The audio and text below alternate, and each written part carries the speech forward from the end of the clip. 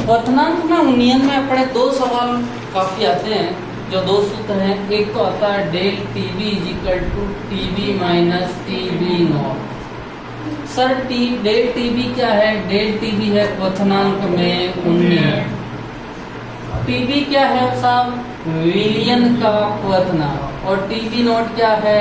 विलायक का क्वथनांक, अर्थात शुद्ध विलायक का क्वथनांक, शुद्ध विलायक का क्वथनांक। ठीक है। एक और आता है del TB is equal to K B into M. K B क्या होता है भैया? मोलल क्वथनांक उन्नयन स्थिरांक, इसका मान दे रखा होता है। एम क्या होता है? मोललता। तो ये होता है del TB is equal to K B into विलेय की ग्राम में मात्रा बटेवा विलेय का अणुभार इंटू विलायक का द्रव्यमान। यदि ग्राम में है तो 1000 से गुणा करो। समझ में आ गया?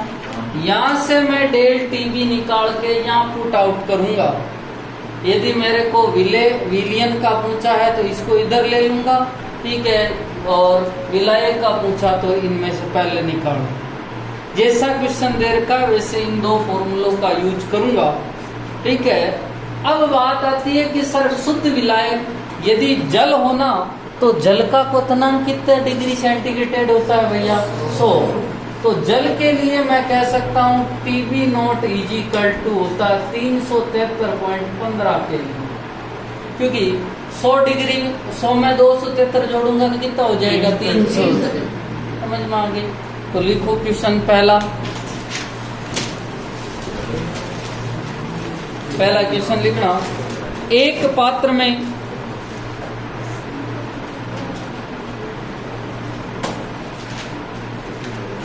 एक पात्र में 18 ग्राम ग्लूकोज को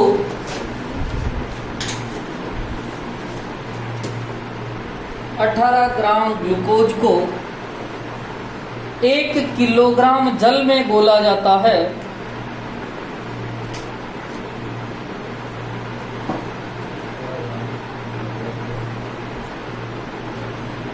अठारह ग्राम ग्लूकोज को 1 किलोग्राम जल में घोला जाता है तो प्राप्त विलयन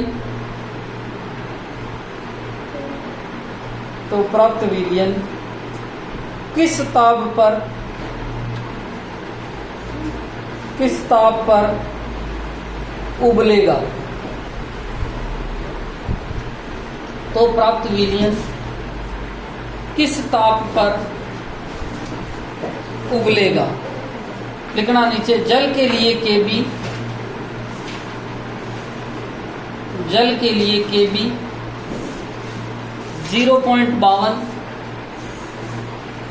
0.52 केल्विन किलोग्राम मोल इनवर्स 1 है। जल के लिए केबी 0.52 केल्विन किलोग्राम मोल इनवर्स 1 लिख दिया। अब इधर देखना, उसने कहा है कि 18 ग्राम ग्लूकोज को 1 किलोग्राम जल में घोला गया, मतलब विलायक कितना है भैया? 1 किलो। उसको 18 ग्राम ग्लूकोज घोला गया उसमें, तो प्राप्त विलयन का क्वथनांक, क्या विलयन किस ताप पर उबलेगा, मतलब मुझे विलयन का क्वथनांक निकालना है। और विलयन का क्वथनांक क्या होता है? टीबी। कुल मिला के मेरे को क्या निकालना है? टीबी। डेल टीबी पहले मैं निकालूंगा इस फॉर्मूले से, फिर इसको पुट आउट करके इसका पता है मुझे, क्योंकि जल के लिए टीबी नॉट कितना होता है? 300। तो देखो मैं पहले कैसे कर रहा हूँ, समझिए। मैं पहले इसका डेल टीबी निकालता हूँ। क्या निकालता हूँ? Del TB. Del TB is equal to होता है केबी इंटू एम। केबी का मान दे रखा है उसने 0.52 kelvin kilogram mole inverse 1 into मोललता। और मोललता क्या होती है भैया? विलेय की ग्राम में मात्रा। कितने ग्राम है? 18 ग्राम। विलेय का अणुभार कितना है? 180। की क्या दिया है उसने, ग्लूकोज, और ग्लूकोज होता है C6H12O6, निकाल देना 180 आएगा, ठीक है। इनटू विलायक का द्रव्यमान कितना है, 1 किलोग्राम, और किलोग्राम है तो ऊपर 1000 से गुणा करने की जरूरत ही नहीं। देखो अब देखो इसको मैं इधर कितने जीरो आ जाएंगे, 2 जीरो, ठीक है। यहाँ 1 किलोग्राम से किलोग्राम कट जाएगा, ये मोल है तो मोल से, ठीक है, केल्विन बच जाएगा। ऊपर कितने बच गए, 52 इंटू 18 अपॉन 100 इंटू 180, कोई काटा पीटी हो सकती है, हाँ 2 ये 18 से 18 10 बच गए, 52 अपॉन 1000, 52 अपॉन 1000, तो क्या लिख सकता हूँ मैं, 0.052 केल्विन। ये तो अभी क्या आया है मेरे पास में, डेल टीबी। अब मेरे को क्या निकालना है, टीबी। मुझे पता है sir del TB is equal to होता है टीबी माइनस टीबी नॉट, और जल के लिए H2O के लिए जो टीबी नॉट होता है वो कितना होता है, 373.15। टीबी इज इक्वल टू, देखो मैं इसको इधर लाऊं तो क्या होगा, प्लस हो जाएगा, तो del TB plus TB naught 0.052 plus 373.15 kelvin, और 373.15 में 0.052 जोड़ता हूँ, 2 5 10 का 0 2 373.202 केल्विन। समझ में आ गई। अब देखो पानी जो शुद्ध अवस्था में था तो वो 373.15 केल्विन पे उबल रहा था, अब 373.202 पे। समझ में। देखो सबसे पहले मेरे को डेल टीबी निकालना है। डेल टीबी बराबर होता है केबी इंटू एम, और एम क्या होती है, मोललता। ये मैंने लिखा, डेल केबी का मान लिखा 0.52 इंटू 18/180 इंटू 1000। इसको पॉइंट को हटाया, नीचे 2 जीरो आ गए, 18 से 18 को काट सकते हो, ठीक है, 18 को 18 से काट दिया तो 52/1000 बच गया, और इसको मैं क्या लिख सकता हूँ, 0.052। और देख सकते हो कि मैंने सही किया कि नहीं किया। देखो यहाँ से पॉइंट लगाओगे कितने जीरो लगेंगे, 1 2 3, सही है ना। और फिर मेरे को पता है कि डेल टीबी बराबर होता है टीबी माइनस टीबी नॉट। तो देखो मैं इसको निकालना, ये मेरे चाहिए, मैं इसको उधर ले जाऊं और उधर ले जाऊं तो ये माइनस है तो क्या हो जाएगा, प्लस। और टीबी नॉट अपने को पहले ही बता दिया है उसने कि 373.15 लिखो जल्दी से।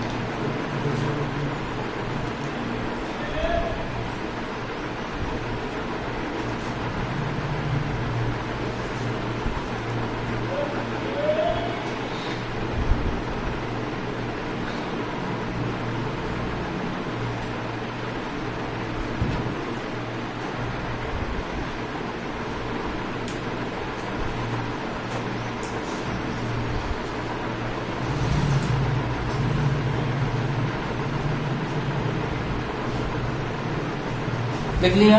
नहीं सर। बाद में जगह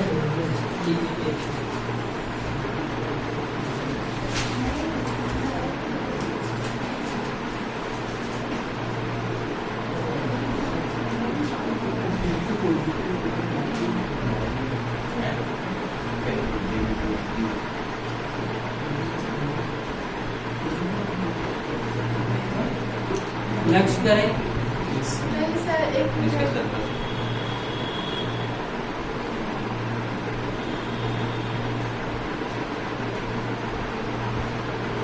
कहाँ से आए सबको पता है ना? फॉर्मूले तो मैंने कल ही बता दिए थे।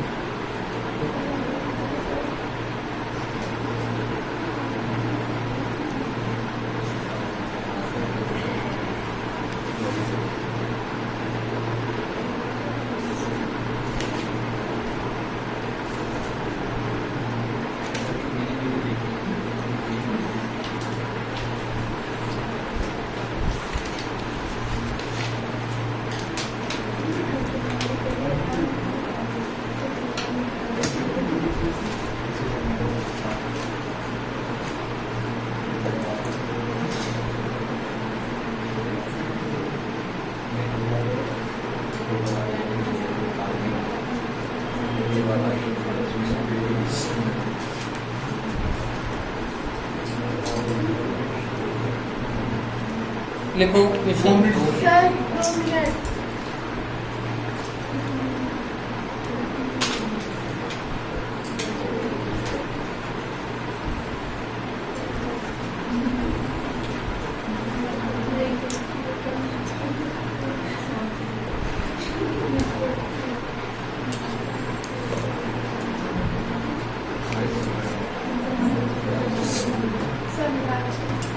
लिखो 30 ग्राम यूरिया को 30 ग्राम यूरिया को 30 ग्राम यूरिया को 1 किलोग्राम जल में घोला जाता है।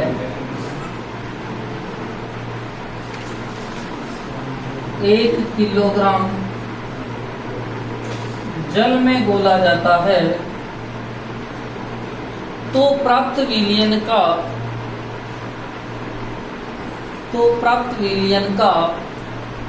क्वथनांक ज्ञात कीजिए। तो प्राप्त विलयन का क्वथनांक ज्ञात कीजिए। लिखना जल के लिए Kb 0.52 kelvin kilogram mole inverse 1 है। जल के लिए Kb 0.52 kelvin kilogram mole inverse 1 है। करो देखे वैसे के वैसे ही है। यूरिया और यूरिया का अनुपात कितना होता है 60, क्योंकि यूरिया का सूत्र होता है NH2CO NH2 और इसका अनुपात कितना होता है 60। करो जल्दी से, पहले डेल टीबी निकालो। डेल टीबी बराबर होता है Kb इंटू एम। निकालो जल्दी से। Kb का मान दे दिया उसने।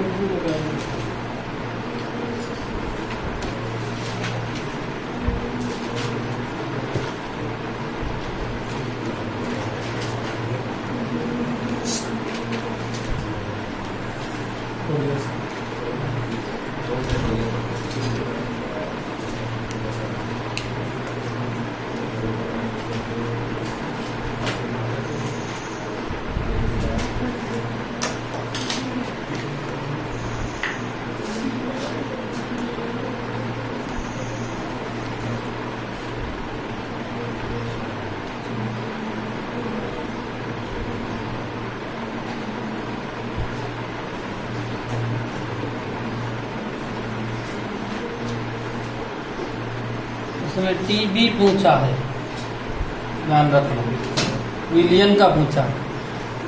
और टीबी नॉट देर का जल के लिए कितना होता है? 373.1।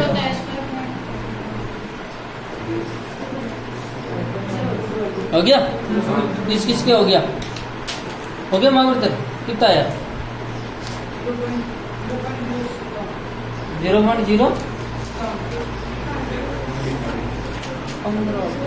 0.057 क्यों आएंगे? 0.26 आने चाहिए डेल टीबी तो। अच्छा 2015 41 373.41। अरे इधर देखो, डेल टीबी निकालना है मेरे को, और मैं डेल टीबी बराबर होता है के बी इंटू एम, और के बी का मान कितना दे रखा है? 0.52, यही दे रखा है। तो देखो डेल टीबी बराबर के बी 0.52 इंटू मोललता, विलेय की ग्राम में मात्रा 30 ग्राम दे रखी है, कितने में? 60 इंटू विलायक का द्रव्यमान कितना है? 1। तो डेल टीबी बराबर 1 0 से 1 0 कट गया, 3 दूनी कितनी होती है? 6। तो 0.52 में किसका भाग देगा? 2 का, तो 0.26 केल्विन आएगा। यही आया होगा रे? अरे भाई किस का आ गया ये? अब देखो मेरे को पता है टीबी निकालना है। डेल टीबी बराबर होता है टीबी माइनस टीबी नॉट। ये निकालना है तो इसको अकेला छोड़ू, इनको इधर लाऊं, और इसको इधर लाया, माइनस वाले को क्या होगा? प्लस। तो टीबी बराबर del TB plus TB not.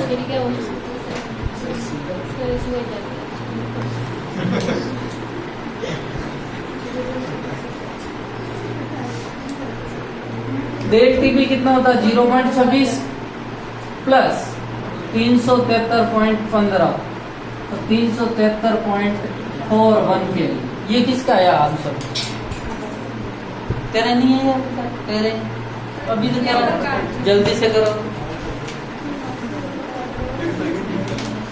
कर लिया भाई? फिर एक और क्वेश्चन दे करते हैं।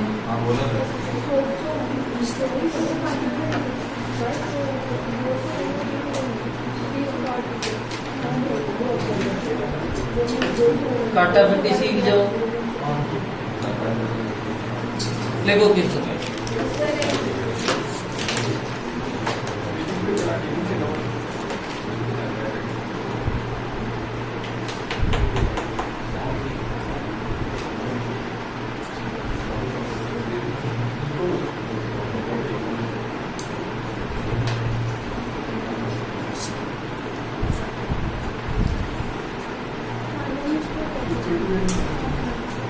तो यूरिया का अणुभार कितना होता है? 180। यूरिया का तो 60 और ग्लूकोज का 180।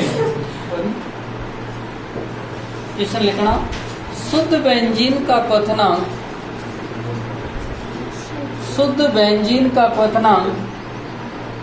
353.23 केल्विन है। शुद्ध बेंजीन का क्वथनांक 353.23 केल्विन है।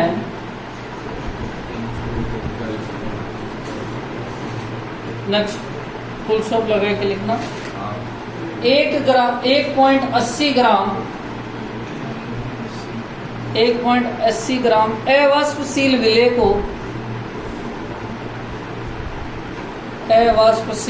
को 90 ग्राम बेंजीन में घोलने पर 90 ग्राम बेंजीन में घोलने पर 90 ग्राम बेंजीन में घोलने पर क्वथनांक बढ़कर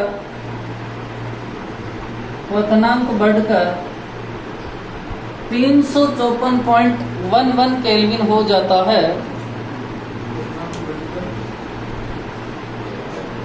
354.11 केल्विन हो जाता है। तो अवाष्पशील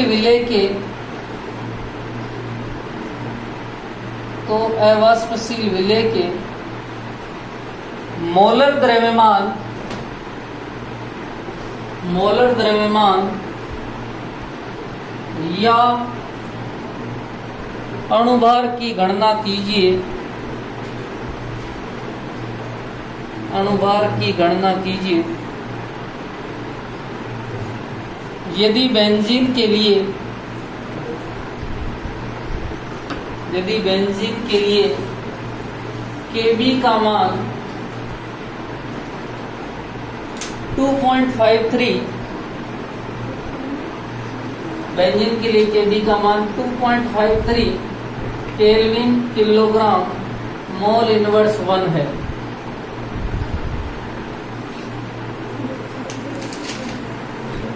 इधर देखना क्वेश्चन क्या कहता है। शुद्ध बेंजीन का क्वथनांक मतलब विलायक यदि बेंजीन हो तो उसका क्वथनांक कितना होता है भैया?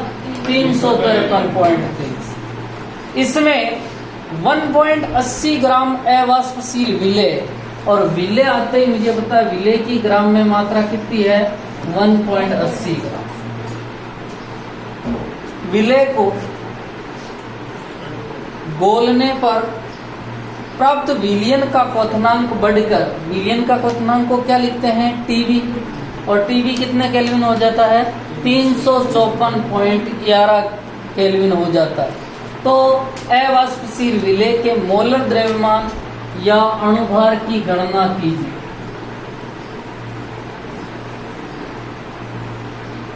और कितने ग्राम में गोला भैया? 90 ग्राम। और 90 ग्राम किसकी मात्रा है?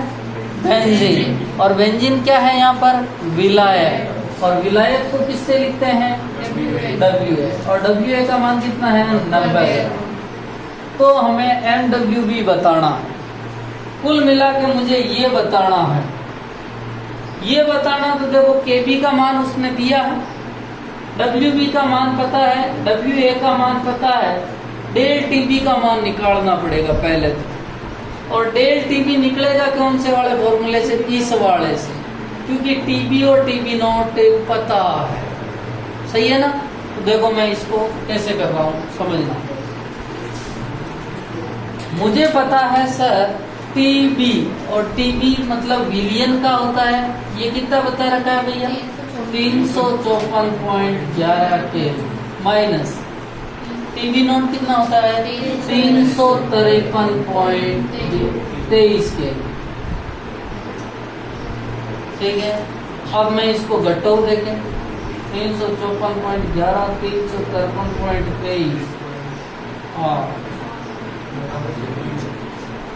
यही आएगा क्या? सही है? अरे भाई ठीक है, उधार लिया। ठीक है, ये 0.88, या मैं इसको लिख सकता हूँ 0.88। ये मेरे पास में क्या आ गया भैया? Del T. अब मुझे क्या चाहिए? MW। सर मेरे पास में फॉर्मूला है, डेल TB बराबर होता है KB इंटू M, और M होता है विलेय की ग्राम में मात्रा बटेवा विलेय का अणुभार इंटू विलायक का द्रव्यमान। और विलायक का द्रव्यमान किस में दे देवे? केजी, या ग्राम में ले लेवे तो किससे गुणा हो जाएंगे? 1000 से। यहाँ से मैं फॉर्मूला MWB को इधर भेजूंगा, और MWB को इधर भेजूंगा तो आपके पास में फॉर्मूला आएगा MWB is equal to KB into WB upon del TB into 1000 बटेवा WA, और WA किस में है? ग्राम। ठीक है, फॉर्मूला कहाँ से लाया पता चल गया ना? ठीक है, इसको रहने दो यहीं। अब देखो मुझे पता है सर MWB निकालना है। देखो KB का मान कितना दिया उसने? देखो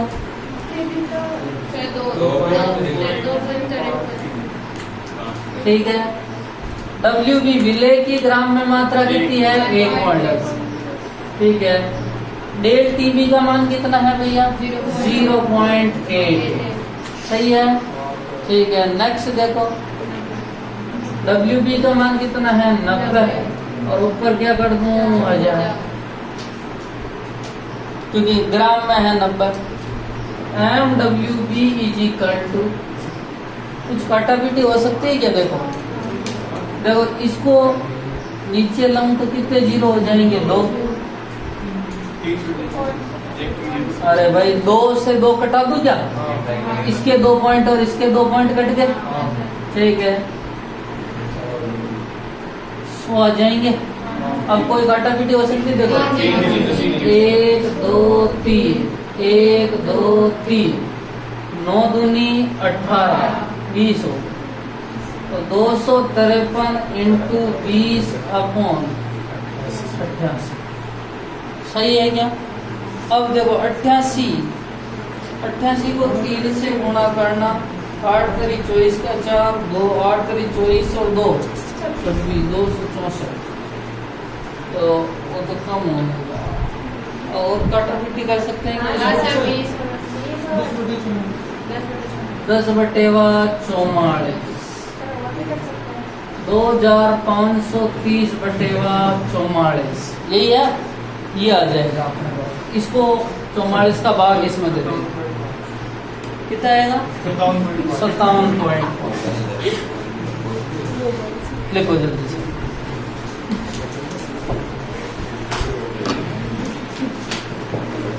देखो 1 मिनट पहले वो लिखना कि क्या क्या दिया है, फिर इधर से पहले इसको लिखना, फिर इसको और फिर इसको।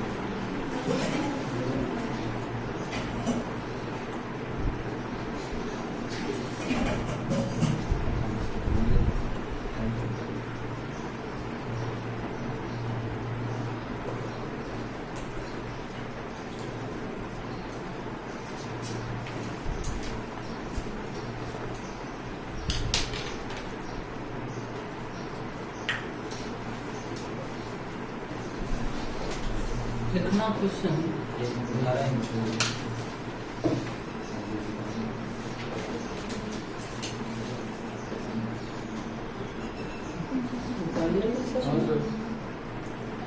लिखना 80 ग्राम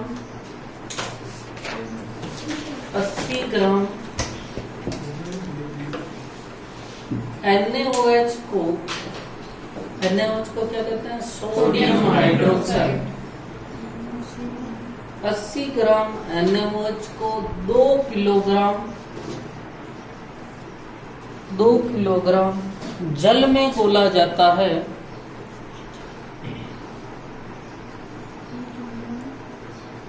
तो 80 ग्राम NaOH को 2 किलोग्राम जल में घोला जाता है, तो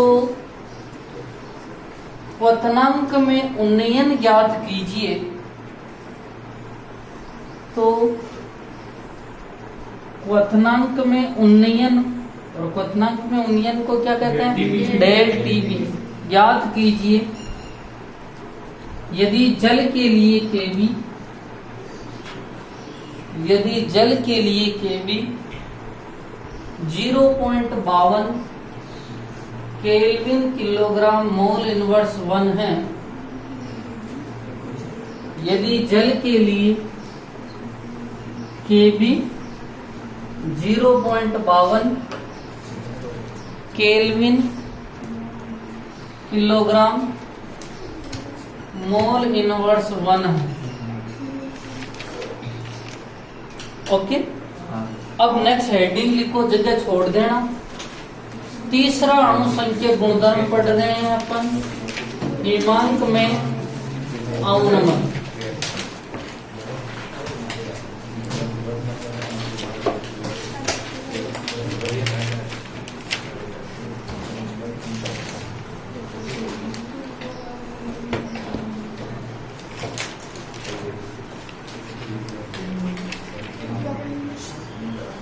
हिमांक में अवनमन, depression in freezing point, depression in freezing point, हिमांक में अवनमन। कॉपी वगैरह बंद करना, समझना। आपको पहले भी अपन ने बताया था सर क्वथनांक किसे कहते हैं? क्वथनांक किसे कहते हैं? क्वथनांक कोई बताएगा? 100 डिग्री ताप। सिंपल, तो तुम 100 डिग्री साइंस के हिसाब से वह ताप जिस पर किसी द्रव का वाष्प दाब 8 atm या बाह्य वायुमंडलीय दाब के बराबर हो जाता है, उस ताप को क्या कहते हैं? क्वथनांक। और जल के लिए 373.15 केल्विन होता है, या मैं कह दूं 100 डिग्री सेंटीग्रेड। ठीक है, तो सर एक शब्द आया है हिमांक। क्या आया है? हिमांक। ठीक है, अब देखो हिमांक का मतलब होता है बर्फ। ठीक है, अपन 10वीं तक यही पढ़ते थे कि वह ताप जिस पर कोई द्रव ठोस अवस्था में बदल जाता है, बर्फ ठोस में होता है। तो देखो, एक तो होता है ठोस, एक होता है द्रव और एक होता है गैस। ठोस का द्रव में बदलना गलन कहलाता है, और गलन के लिए ताप होता है गलनांक। भाई ठोस गल जाता तो किस में बदल जाता है? द्रव में, तो इसे गलन कहते हैं। और गलन के लिए शब्द क्या आता है? गलनांक। द्रव जब गैस में बदल जाता है तो वाष्पन कहते हैं, और वाष्पन के लिए शब्द आता है क्वथनांक। गैस जब द्रव में बदलता है तो उसे संघनन कहते हैं। ठीक है, और संघनन के लिए अभी तक कोई टेम्परेचर नहीं है। और द्रव वापस किस में बदल जाता है? ठोस, और ठोस में बदल उसे जमन कहते हैं। और जमन को जमनांक तो नहीं बोलते हैं, यहाँ क्या बोलते हैं? हिमांक। कई बार बच्चे के दिमाग में आता है सर गलन को गलनांक हो गया तो जमन को जमनांक, पर यहाँ पर क्या होता है? हिमांक। क्योंकि यहाँ पानी, और पानी किस में बदल जाएगा? बर्फ में। ठीक है, और आप कहते हैं कि सर जल के लिए मतलब H2O जो बर्फ है वो H2O द्रव में बदल जावे, पानी में बदल जावे, और उसके लिए आप कहते हैं गलनांक भी 0 डिग्री सेंटीग्रेड, और हिमांक भी कितना होता है? 0 डिग्री सेंटीग्रेड। मतलब मैं कह सकता हूं जल के लिए हिमांक का मान 0 डिग्री सेंटीग्रेड होता है। ये बात तो अपन कह सकते हैं। अब बात होती है हिम का मतलब क्या होता है, बर्फ। तो आप परिभाषा यही देंगे कि वह ताप जिस पर कोई द्रव पदार्थ जो है ठोस अवस्था में बदल जाता है, या द्रव अवस्था से कौन सी अवस्था में, ठोस अवस्था, अर्थात पानी से किस में बदल जाता है, बर्फ में, उस ताप को क्या कहते हैं, हिमांक। अब देखो साइंस के हिसाब से परिभाषा क्या है, वह ताप जिस पर किसी द्रव का वाष्प दाब, वह ताप जिस पर किसी द्रव का वाष्प दाब उसकी ठोस अवस्था के वाष्प दाब के बराबर हो जाता है, ठोस अवस्था के वाष्प दाब के बराबर हो जाता है, उसे उस ताप को द्रव का हिमांक कहते हैं। वह ताप जिस पर किसी द्रव का वाष्प दाब ठोस अवस्था के वाष्प दाब के बराबर हो जाता है, उस ताप को हिमांक कहते हैं। तो क्या सर मैं कह सकता हूं कि पानी का वाष्प दाब घटते घटते 0 डिग्री सेंटीग्रेड पे ठोस अवस्था के वाष्प दाब के बराबर हो जाता, तभी तो उसको हिमांक कह रहे हैं। ठीक है, अब बात होती है कि सर मैं कोई शुद्ध विलायक हूं, ठीक है, मेरे पास में पानी है और पानी है, उस शुद्ध विलायक में मैं अवाष्पशील विलय मिलाता हूं, तो सर क्वथनांक तो बढ़ता है, ये मैंने पहले ही पढ़ लिया था, कल ही पढ़ लिया है कि विलयन का जो क्वथनांक होता है वो ज्यादा होता है किसकी तुलना में, विलायक। जो 100 डिग्री पे पानी उबल रहा था वो 105 डिग्री पे उबला था, अर्थात क्वथनांक में क्या हुई है, वृद्धि। पर सर अब मैं अब की बार मैं पानी में नमक डाल देता हूं या अवाष्पशील विलय मिला देता हूं, तो मेरे जो हिमांक है उसमें कमी होगी या वृद्धि होगी। तो वो कह रहा है, नाम से ही पता चल रहा है हिमांक में अवनमन, अर्थात हिमांक क्या हो जाता है, कम हो जाता है। जब किसी शुद्ध विलायक में अवाष्पशील विलय मिलाया जाता है तो उसका हिमांक घट जाता है, अर्थात हिमांक में कमी आती है, इसे हिमांक में अवनमन कहते हैं, इसे हिमांक में अवनमन कहते हैं। सर कैसे, हमें समझ में नहीं आ रहा। मेरे पास में शुद्ध बर्फ था, वो 0 डिग्री सेंटीग्रेड पे बर्फ में बदल रहा था, शुद्ध पानी था वो 0 डिग्री सेंटीग्रेड में बदल रहा है। अब की बार मैं पानी में किसको मिला दिया, बर्फ, सॉरी पानी में मैंने नमक को मिला दिया या कोई भी अवाष्पशील विलय मिला दिए, अर्थात ये क्या बढ़ गया भैया, विलयन। और 0 डिग्री से कम का मतलब ये तो और कम में जमेगा, अर्थात वो कोई भी -2 हो सकता है, -3 होगा, तभी तो हिमांक में क्या आएगी, कमी। अर्थात जब उसको जो है 0 डिग्री पे शुद्ध विलायक जम रहा था उसमें अवाष्पशील विलय मिला दिया जाता है तो उससे भी कम ताप पर जमता है, इसलिए वो 0 डिग्री से कम अर्थात -1, -2 या -3 डिग्री पर वो जमता है, अर्थात हिमांक में क्या आई है भैया, कमी, और इसे हिमांक में अवनमन कहते हैं। इसे हिमांक में क्या कहते हैं, अवनमन। पहले जो 0 डिग्री पे जम रहा था वो 0 डिग्री पे नहीं जमेगा, और इसीलिए आपने देखा होगा, कई बार आपने देखा होगा कि ये जो कुल्फी वाले होते हैं ये पानी में क्या मिलाते हैं, नमक डालते हैं, जिससे उनका हिमांक क्या हो जाता है, घट जाता है। अरे पानी में बर्फ जो नमक मिलाते हैं वो अलग नमक, कट्टे वाला नमक। अब देखो, ऐसे नहीं समझ सकते हो तो ऐसे समझो, ये मेरे पास में विलायक है, अरे भैया ये विलायक का वाष्प दाब और ये विलयन का वाष्प दाब।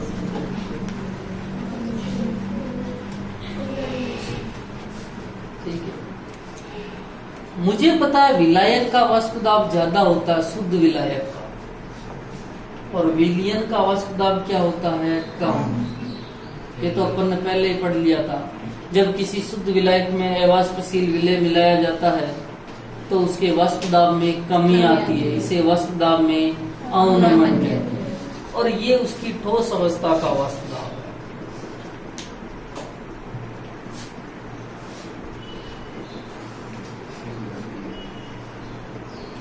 विलयन को ठोस अवस्था में बदलने के लिए ये चाहिए, जबकि विलायक को ये चाहिए।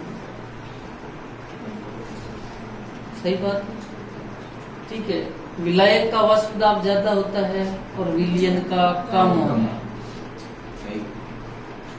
तो हिमांक और हिमांक की परिभाषा यही होती है कि वह ताप जिस पर किसी द्रव अवस्था का द्रव अवस्था का वाष्प दाब उसकी ठोस अवस्था के वाष्प दाब के बराबर हो जाता है। अब देखो, शुद्ध विलायक कितने डिग्री पर जम रहा था भैया, 0। विलयन कितने पे जम रहा था, तो हिमांक में क्या है, कमी। तो मैं लिख सकता हूँ हिमांक में अवनमन इज इक्वल टू,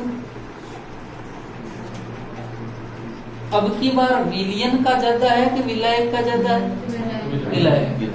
शुद्ध विलायक का हिमांक माइनस विलयन का हिमांक। हिमांक में अवनमन को लिखते हैं डेल टी एफ, एफ लिखते हैं फ्रीजिंग पॉइंट, वहां पर क्या लिखा था, बॉइलिंग पॉइंट। शुद्ध विलायक के लिए क्या लिखेंगे, टी नॉट है, और विलयन का क्या लिखेंगे, टी है। विलयन का क्या लिखेंगे, टी है। पिछले बार T B minus T B not था, अब की बार क्या है, T F not minus T F. समझ में आ गई। अब इसके लिए आगे अपन ग्राफ बनाएंगे, पहले ये लिख देते हैं। लिखो हिमांक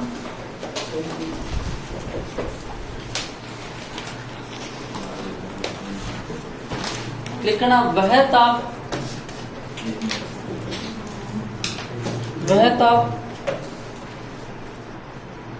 जिस पर किसी द्रव अवस्था का वाष्प दाब, जिस पर किसी द्रव का वाष्प दाब, ऐसे लिख दो, द्रव अवस्था मत लिखो, द्रव का वाष्प दाब। वह ताप जिस पर किसी द्रव का वाष्प दाब उसकी ठोस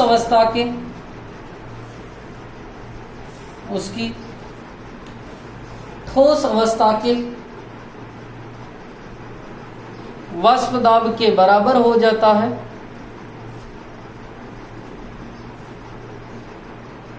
ठोस अवस्था के वाष्प दाब के बराबर हो जाता है,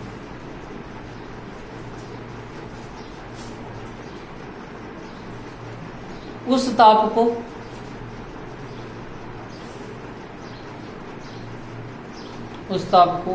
द्रव का हिमांक कहते हैं।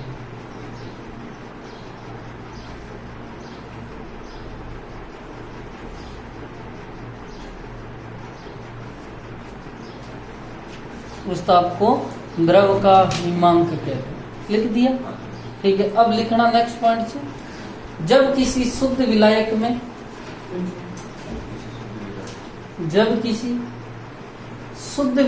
में अवाष्पशील विलय घोला जाता है,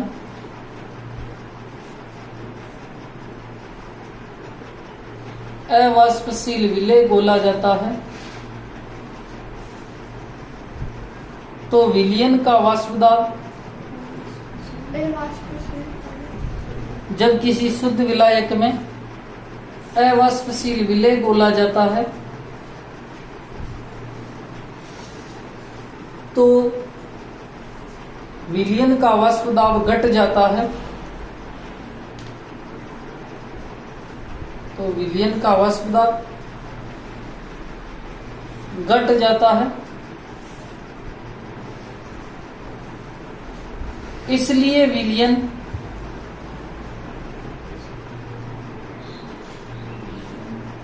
विलायक से, इसलिए विलयन। विलायक से कम ताप पर जम जाता है, कम ताप पर जम जाता है, अर्थात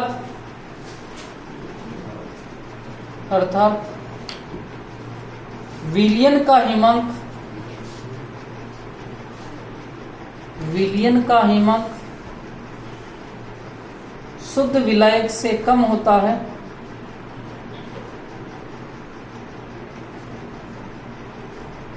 शुद्ध विलायक से कम होता है। इसे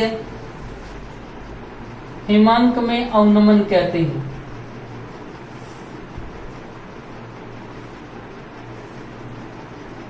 इसे हिमांक में अवनमन कहते हैं।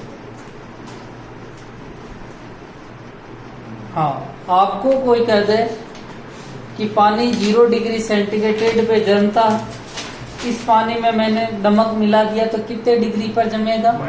माइनस में जमेगा। -1 हो, -2 हो, उस पे जमेगा साहब। क्या ये प्लस में जम सकता है? नहीं साहब, क्योंकि हिमांक में क्या हो गया है? अवनमन, अर्थात हिमांक में क्या हुई है? कमी। पर वही बात वो कह देवे कि साहब हमारा जो जल है वो 100 डिग्री सेंटीग्रेड पे उबलता था, मैंने उसमें नमक डाल दिया, कितने पे उबलेगा? 100 से प्लस में ही उबलेगा साहब, 105, 110, क्योंकि क्वथनांक में क्या हुई है? वृद्धि, और इसे क्वथनांक में उन्नयन कहते हैं। तो पहले एक लाइन ये लिखना और फिर ये बना लेना। ये कोई बात नहीं, इसको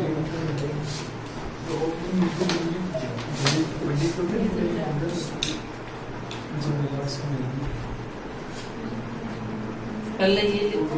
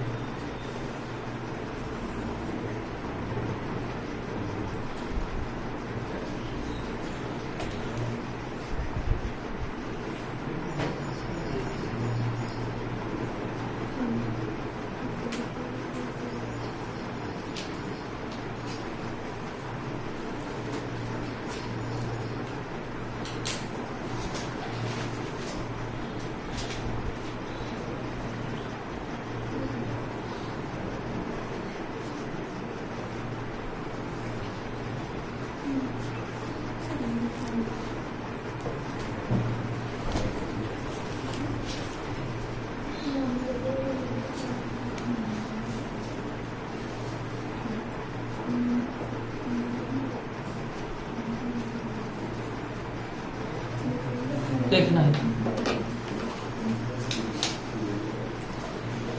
अब एक ग्राफ है, उसको जरूर अच्छे से समझना।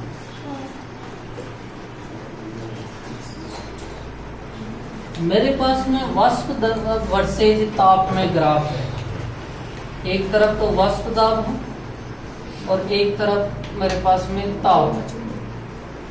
मुझे पता, मेरे को किसी ने पूछा कि सर मेरे पास में 100 डिग्री सेंटीग्रेड है आप 100 डिग्री सेंटीग्रेड पे एक मेरे पास में विलायक है और एक मेरे पास में विलयन है, किसका वाष्प दाब ज्यादा होगा? तो मैंने कहा विलायक का ज्यादा होगा, क्योंकि 100 डिग्री सेंटीग्रेड पे शुद्ध विलायक जो होता है उसका वाष्प दाब कितने एटीएम हो जाता है? 8, जबकि विलयन का वाष्प दाब अपने कहा था 8 से कम 0.90 या 0.95, क्योंकि यही तो होता है कि जब किसी शुद्ध विलायक में अवाष्पशील विलय मिलाया जाता है तो वाष्प दाब में कमी आती है और इसे वाष्प दाब में अवनमन कहते हैं। सर 100 डिग्री पे तो विलायक का ज्यादा है और विलयन का कम है। मैंने देखा कि शुद्ध विलायक का वाष्प दाब और एक है मेरे पास में विलयन का वाष्प दाब, और ये कितने डिग्री सेंटीग्रेड है भैया? 100।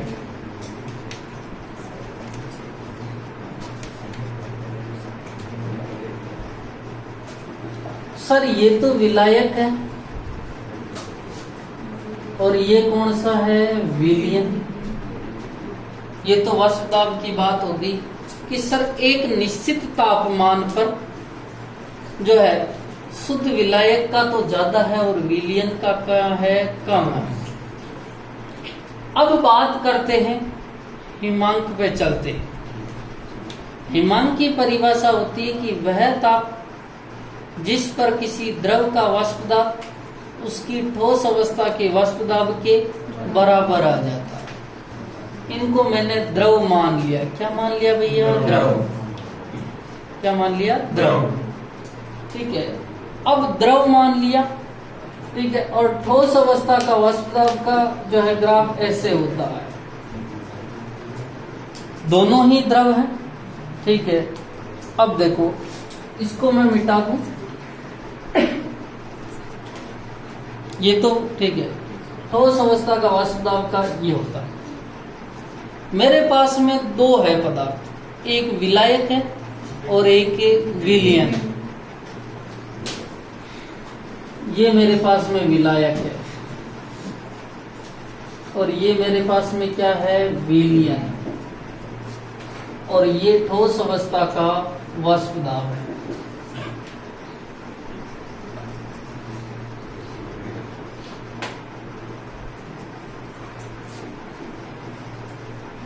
मुझे हिमांक की परिभाषा दी थी कि वह ताप जिस पर किसी द्रव का वाष्प दाब उसकी ठोस अवस्था के वाष्प दाब के बराबर हो जाए। अभी विलायक भी द्रव में है और विलयन भी कौन सी अवस्था में है? द्रव। जब द्रव का वाष्प दाब उसकी ठोस अवस्था के वाष्प दाब के बराबर हो जाएगा उस ताप को क्या कहते हैं? हिमांक।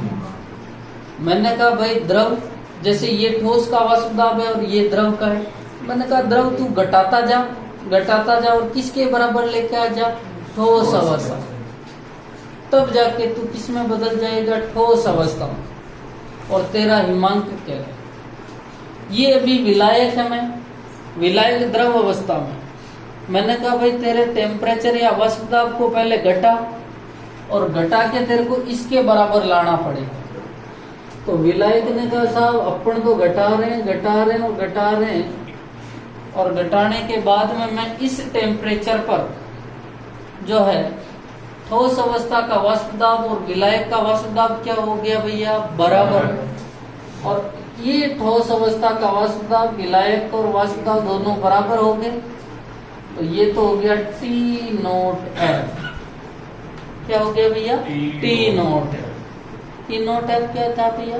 शुद्ध विलायक का है, क्योंकि ये विलायक का वाष्प दाब कौन सी अवस्था के वाष्प दाब के बराबर हो गया?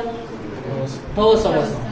और ये जो अवस्था चल रही है वो कौन सी अवस्था थी? द्रव।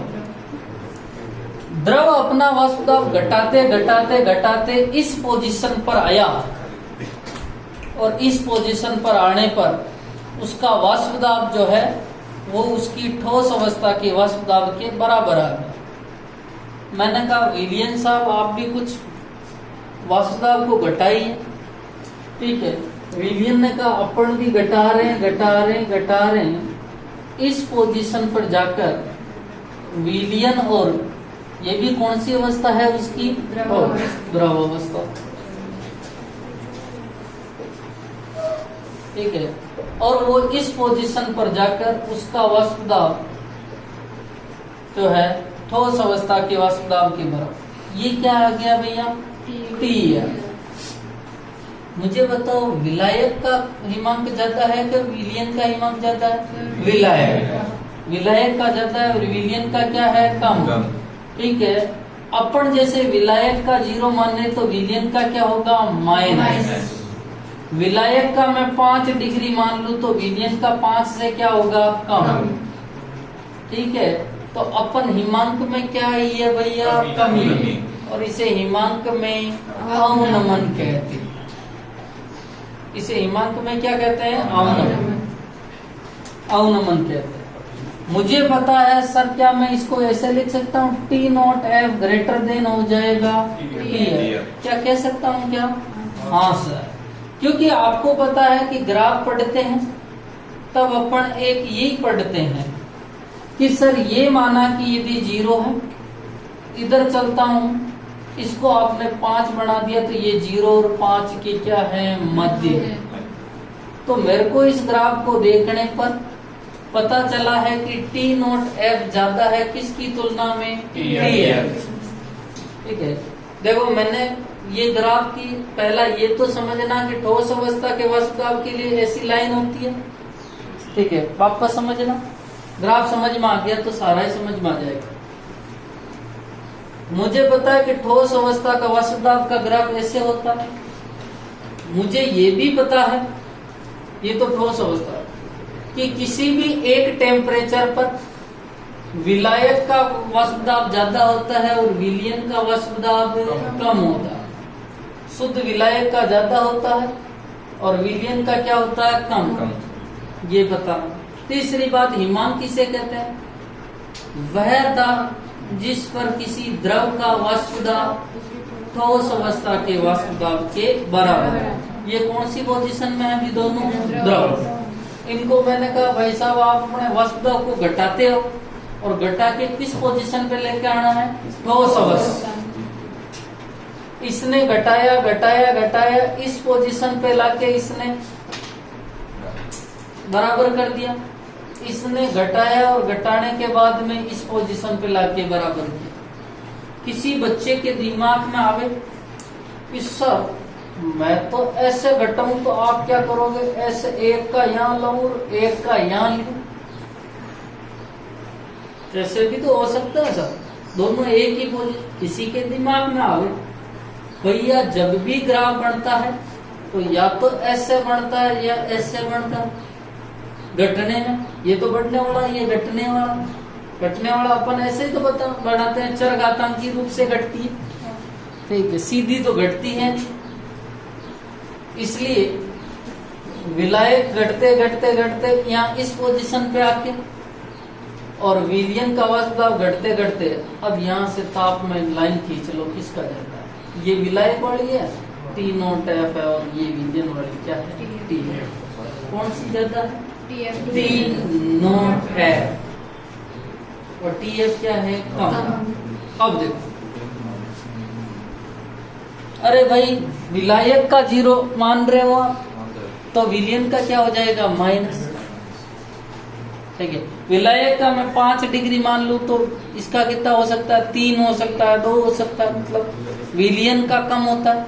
अब देखो इन दोनों के ताप में अंतर आया है, इसे मैं क्या कह सकता हूं? डेल टी एफ, हिमांक में अवनमन। ये तो ताप वाली हुई है। वाष्प दाब वाले पे जाऊं,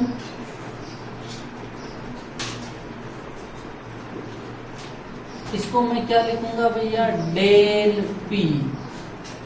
क्या लिखूंगा भैया? Del P. ये लिखूंगा तो मैं नीचे लिख रहा हूं। ग्राफ से स्पष्ट है कि वही इक्वेशन आ जाएगी वापस। डेल पी समानुपाती क्या हो जाएगा? Del T F. अब नेक्स्ट देखना, वो की वही लाइन लिख रहा हूं। राउट के नियमानुसार इसको इक्वेशन नंबर 1 दे रहा हूं ना। राउट के नियमानुसार वाष्प दाब में अवनमन, वाष्प दाब में अवनमन विलेय की मोल भिन्न के समानुपाती होता है। विलेय की मोल भिन्न के समानुपाती होता है। अर्थात क्या मैं ऐसे कह सकता हूं, वाष्प दाब में अवनमन को क्या लिखते हैं भैया, डेल बी। विलेय की मोल भिन्न को क्या लिखेंगे, एक्स बी। ये इक्वेशन नंबर कितनी हो गई, 2। इक्वेशन नंबर कितनी हो गई, 2। अब देखो उष्मागतिकी का शून्य नियम लेंगे, और उष्मागतिकी का शून्य नियम क्या कहता है बोलो। अब क्या समानुपाती होगा बोलो, डेल पी समानुपाती क्या है, डेल टी एफ। अब देखो 1 मिनट, यही तो नियम चलता था। इसको मैं डेल टी एफ मान लूं, इसको डेल पी एक्स बी हो गए। ए और बी समानुपाती है, सॉरी ए और सी, ठीक है। बी और सी भी समानुपाती है, तो ए और बी भी समानुपाती है। यही तो कहा था, अरे बोलो। तो क्या मैं यहाँ लिख सकता हूँ क्या, अतः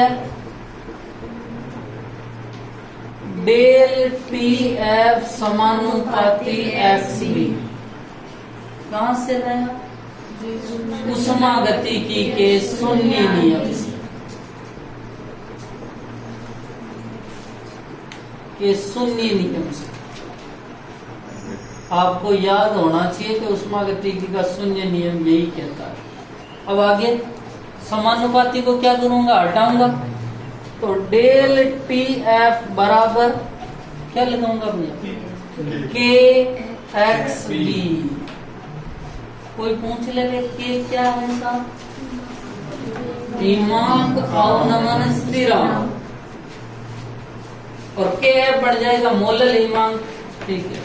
तो सर मुझे पूछा कि के क्या है, के है हिमांक अवनमन स्थिरांक, अवनमन।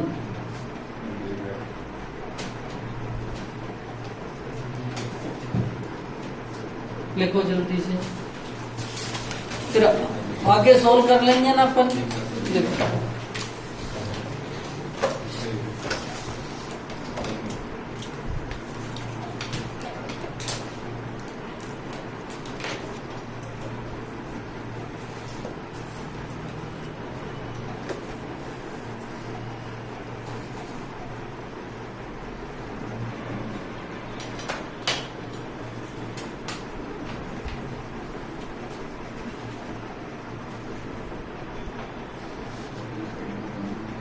आप थोड़ा सा बड़ा बनाना, छोटा छोटा मत बनाना, समझ में आ सके।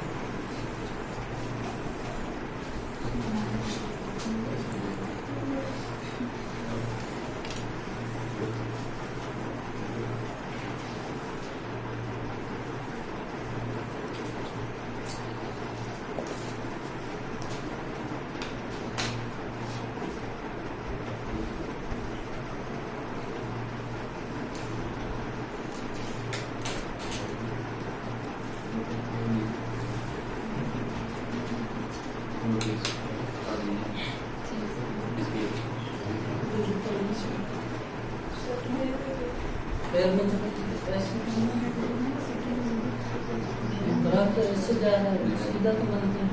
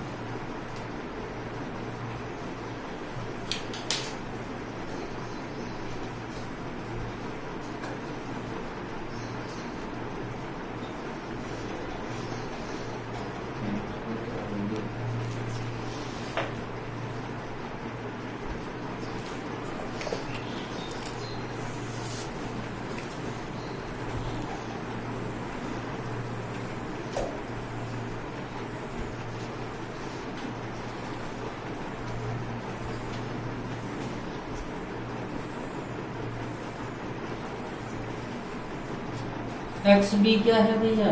विलेय विलेय की मॉल बिन।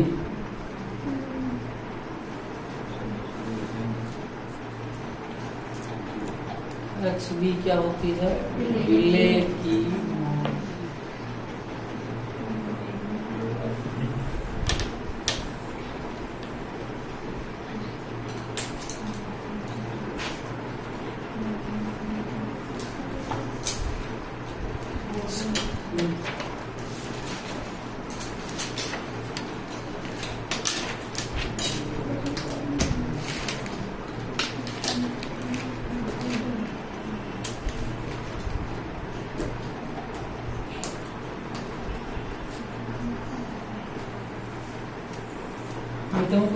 ग्राफ नहीं सर, ग्राफ नहीं।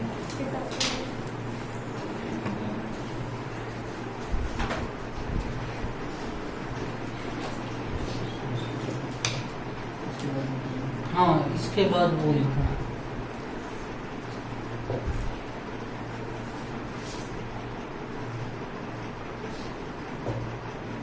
ये कहां से लाया आपको खुद को पता है क्या?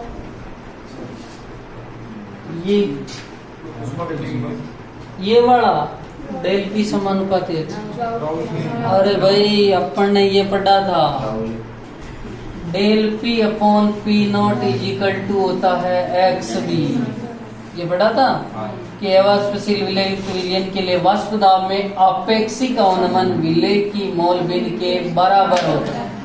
इसको अपन ने ऐसे किया था और इसको अपन ऐसे लिख सकते हैं, क्योंकि समानुपाती हटाऊंगा तो स्थिरांक आ जाएगा और स्थिरांक कौन होगा? P not. समझ में आ गई?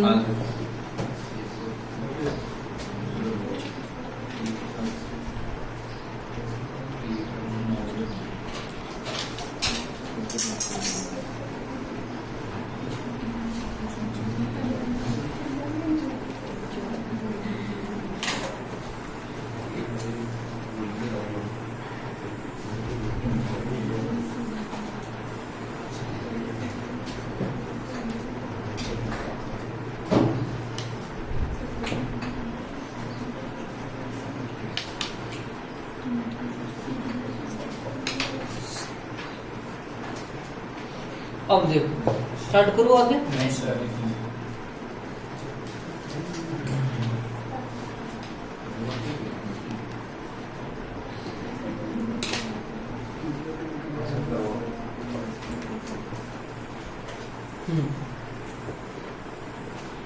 अब आगे तुम्हारे को सोल्व करना है। करें स्टार्ट? क्या हो,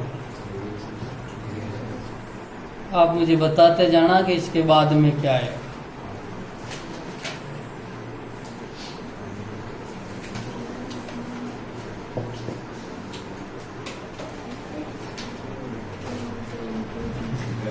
इधर देखो, आपको पता है डेट टी एफ बराबर के इंटू एक्स बी भी आ गया था। ठीक है, एक्स बी क्या है भैया? विलेय की मोल बिन। ठीक है, तो क्या मैं ऐसा लिख सकता हूँ del T F is equal to के विलेय के मोल अपॉन कुल मोल। क्या ऐसे लिख सकते हैं? क्योंकि मोल बिन बराबर होते हैं किसी एक घटक के मोल अपॉन कुल मोल, और एक्स बी तो सर विलेय की मोल बिन है, तो विलेय के मोल अपॉन कुल मोल। सही है? हाँ। अब अपन क्या ऐसा कर सकते हैं तनु विलयन के लिए? आपको सबको पता है ना, तनु विलयन के लिए अपन कंडीशन क्या लगाते थे? N B less than N. तो N B plus N A is equal to क्या हो जाएंगे? एन। सही है? तो डेल टी एफ बराबर के N B upon N A. N B क्या है?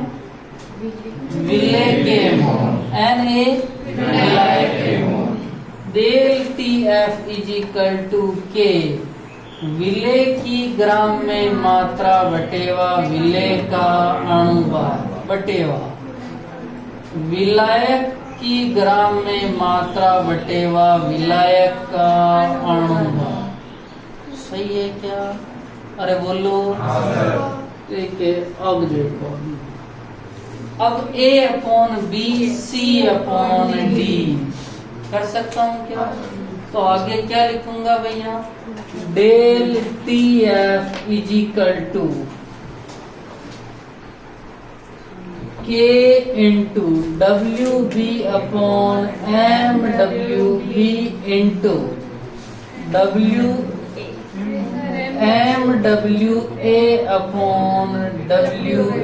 क्या सही है भैया?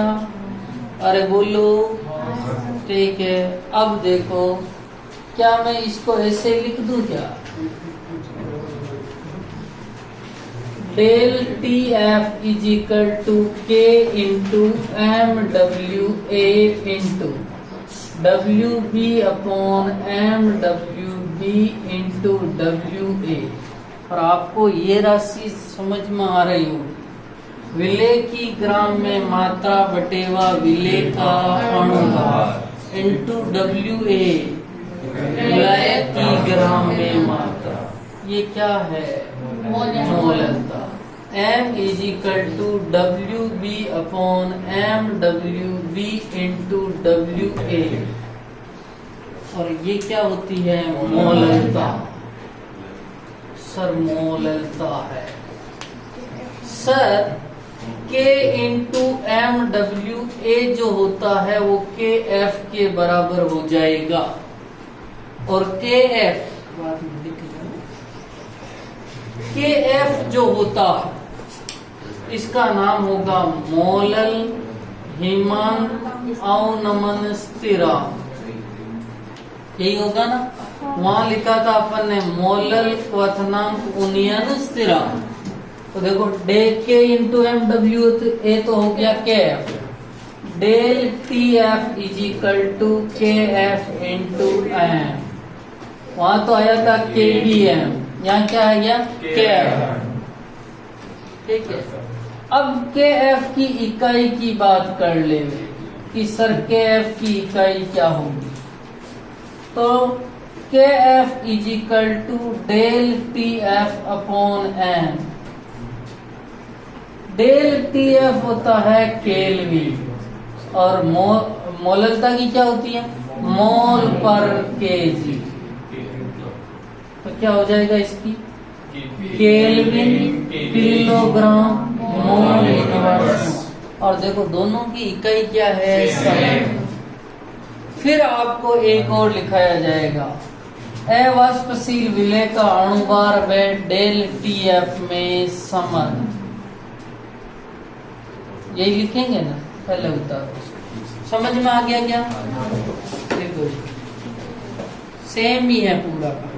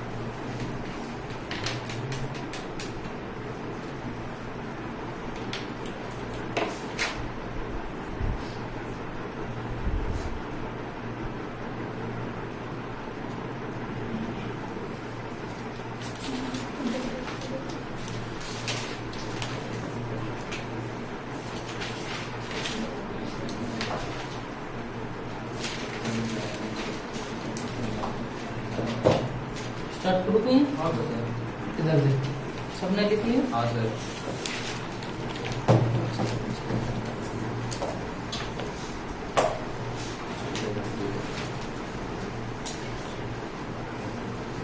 आपको सबको पता है कि सर डेल टी एफ बराबर होता है के एफ इंटू एम। एम क्या होती है? मोललता। और मोललता होती है विलेय की ग्राम में मात्रा बटेवा विलेय का अणुभार इंटू विलायक का द्रव्यमान। और विलायक का द्रव्यमान ग्राम में है तो क्या करूंगा? 1000 से गुणा। यही होता है। तो देखो मैं लिख सकता हूँ डेल टी एफ बराबर के एफ इंटू एम। एम को मैं लिख सकता हूँ W B upon M W B into W A. और डब्ल्यू ए को किस में लिख दूं? ग्राम में। तो ऊपर किससे गुणा करूंगा? 1000। अब मुझे क्या निकालना है? M W B. किधर भेजू इसको? इधर। और डेल टी एफ को इधर। M W B is equal to K F into W B upon del T F into 1000। और नीचे क्या कर दूंगा? W A. और डब्ल्यू ए किस में? ग्राम। लिखो जरा।